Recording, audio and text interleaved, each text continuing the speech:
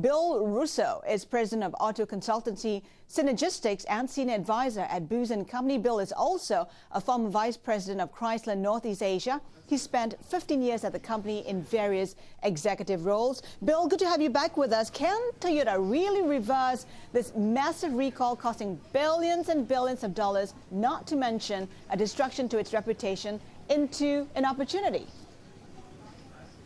Well, I think any problem or crisis of this magnitude presents near-term challenges, but it also is an opportunity for an organization to demonstrate the values, as you said, that it holds dear. And Toyota is a company that built its reputation for 40 years on building meticulous quality and following a process that somehow it strayed away from.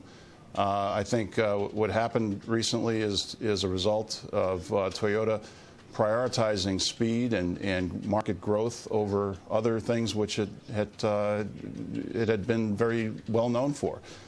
So I think there's an opportunity here for Toyota to reassess how it approaches problems and how it approaches the consumer and demonstrate that they do hold those values dear. So it's not over yet for Toyota. What do you make of the tone of the remark made by Akio Toyoda before U.S. Congress, before U.S. lawmakers? Will it be good enough to make this the start of Toyota's recovery process? Well, again, the first step toward recovery is admitting you have a problem, and I think they've now come to recognition that this is a rather significant issue, not just for this one incident, but as I think we all know, Toyota's had an increasing number of quality spills over time, and this is probably not the last problem that we're going to see because it's endemic in the way the system is functioning. And I think, how they identify and how they address the root cause of this problem, I think what happened early on is they came to a quick conclusion that this was not a problem that required more investigation. And I think what we're finding out is that complex electromechanical systems like the acceleration system of an automobile requires a lot more containment, a lot more diagnosis before you come to a quick conclusion.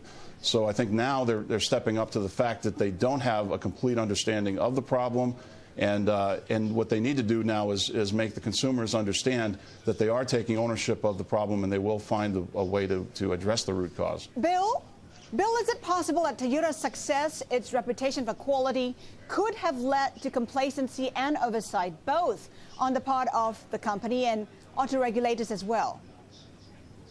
I think this is what I find very fascinating is, having competed against Toyota, it's very apparent that every auto company in the world viewed Toyota as a juggernaut, a company that really couldn't be beat in many respects, in quality and in terms of efficiency in many regards. And they were only going to get stronger. Well, it proves once and for all that the giants can fall, and the giants often do it to themselves.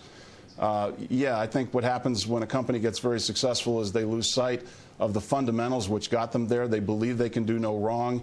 And in this case, Toyota strayed away from the very principles, the meticulous attention to detail and quality, which are some of the things that get compromised when you chase after market share and when you try to go too fast at unsustainable speeds. Question now is how to ensure that the problems at Toyota and possibly other automakers not happen again. Are the initial steps in the right direction?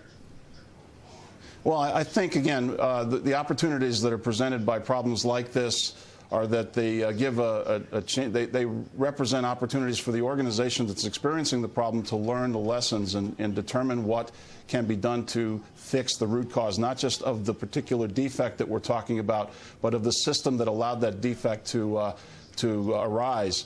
And I think every automaker needs to take a look now at Toyota's situation and say, first of all, there's opportunity that comes from that crisis for them, but more importantly, what is it that allowed this to happen to Toyota, and how do we prevent that from happening in our system?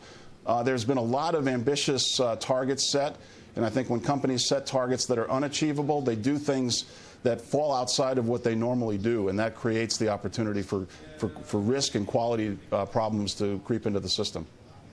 Bill, before we let you go, I want to take a quick look at the Chinese market. Is it absolutely clear whether Toyota's cars made in China are safe? Do they have the same specs in the millions of cars made by their Chinese joint venture partners? I think it would be too quick to assume that the problems in the U.S. market are isolated to one market. This is a global industry. These are global designs. These products are sold in many markets. Even if the parts come from different suppliers, they are produced to a specification that the vehicle manufacturer is responsible for. So I think it would be too quick to assume that the problem isn't in the Chinese or other markets where these products are sold. I think every market needs to look at the existence of the potential for the failure of these types of components in their products. I think Toyota's already experienced a series of quality spills in China. It would not, again, I think it really would be required for everyone to take a look and see if the same problem exists in this market. Bill, there is a development this morning. Chinese automaker Tengzong dropped its bid to buy GM's Hummer. That it didn't get approval. I mean, why did it fail? What's your take on it? Well, I think, first of all, this was a bit of an odd duck of an acquisition to begin with. Sichuan Tengzong is not a company that has any experience in automotive outside of building some commercial, I think, dump trucks. You know, China is trying to, with its auto policy, encourage automakers to produce vehicles of lower fuel consumption.